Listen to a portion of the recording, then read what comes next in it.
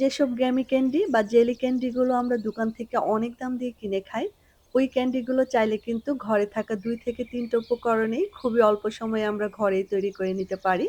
ঘরে থাকা fresh orange দিয়ে আজ আমি তৈরি করব ভীষণ ফ্লেভারফুল আর নরম তুলতুলে সফট অরেঞ্জ জেলি ক্যান্ডি বা গ্যামি ক্যান্ডি, যেটা মুখে দেওয়া মাত্রই মিলিয়ে যাবে। অরেঞ্জ গ্যামি ক্যান্ডি তৈরি করার জন্য আমি এখানে ৩ টি অরেঞ্জ নিয়ে নিয়েছি।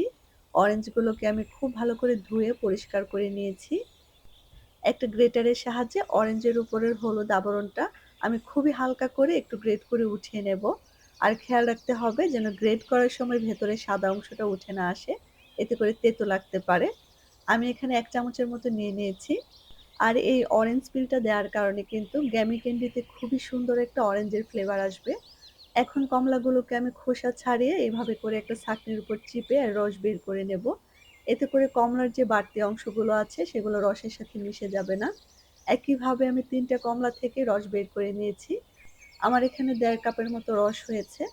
এখন এগুলো দিয়ে ক্যান্ডি তৈরি করতে চলে যাব।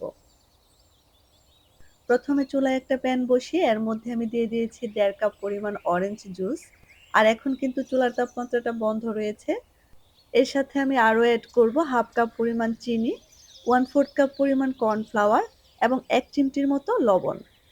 সবকিছু একসাথে এরকম একটা হ্যান্ড হুইস্কের সাহায্যে খুব ভালো করে মিশিয়ে নিয়ে চুলার তাপমাত্রাটা আমি অন করে দিয়েছি। এখন চুলার তাপমাত্রা মিডিয়াম লোতে রেখে অনবরত নেড়েচেড়ে যেতে হবে যতক্ষণ না পর্যন্ত এটা ঘন হয়ে আসে। আর নাড়ানো কিন্তু থামানো যাবে না, এতে করে নিচের দিক থেকে দলা পাকিয়ে যাবে।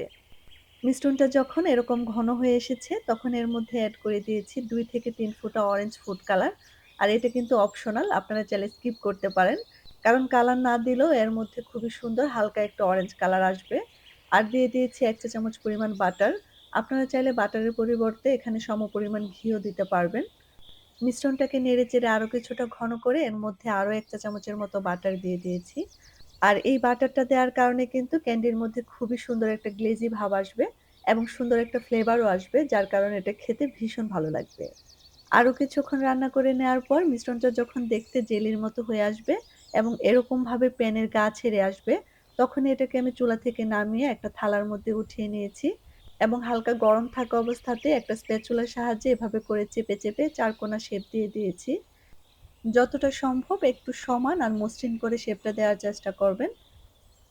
এখন একটা প্লাস্টিক র্যাপার দিয়ে এটাকে ভালো করে র‍্যাপ করে আমি ফ্রিজে নরমালে রেখে দেব ১ ঘন্টার জন্য। আর এই ১ ঘন্টার মধ্যেই কিন্তু এটা ঠান্ডা হয়ে গিয়ে খুব ভালো করে সেট হয়ে গিয়েছে। আর দেখে নিশ্চয়ই বুঝতে পারছেন এটা কতটা পারফেক্ট আর বাউন্সি হয়েছে। এখন এটাকে আমি একটা ছুরির সাহায্যে আমার পছন্দ মতো শেপে কেটে নেব। আমি এটাকে ছোট, ছোট করে এরকম চারকোনা শেপে কেটে নিয়েছি। আপনারা চাইলে আপনাদের পছন্দ মতো যেকোনো শেপে এটাকে কেটে নিতে পারেন। কিংবা ছোট কোনো ডিজাইনার কাটার থাকলে ওগুলো দিয়ে ডিজাইন করেও কেটে নিতে পারেন। ক্যান্ডির টুকরোগুলোকে এখন আমি চিনির মধ্যে কোট করব। এজন্য একটা বাটিতে আমি পরিমাণ মতো চিনি নিয়ে নিয়েছি। আপনারা চাইলে এটাকে ড্রাই কোকোনাটের মধ্যেও কোট করে নিতে পারেন কিংবা এমনিতেও রেখে দিতে পারেন। এটা এমনি, এমনি খেতেও ভীষণ ভালো লাগে। একটা, একটা করে সবগুলো টুকরো আমি চিনির মধ্যে খুব ভালো করে কোটিং করে নিয়েছি। এখন এটাকে একটা বক্সে ভরে ফ্রিজের নরমালে রেখে ১ মাসের মতো সংরক্ষণ করা যাবে। ফ্রেশ অরেঞ্জ জুস দিয়ে তৈরি করা হয় বলে এটা ভীষণ ফ্লেভারফুল আর অনেক বেশি মজার হয়ে থাকে। আজ তাহলে এ পর্যন্তই। রেসিপি ভালো লাগলে এরকম আরো সহজ আর সুন্দর, সুন্দর রেসিপি পেতে চ্যানেল সাবস্ক্রাইব করে নিয়মিত চ্যানেলের সাথেই থাকবেন। সবাই ভালো থাকবেন। আসসালামু আলাইকুম।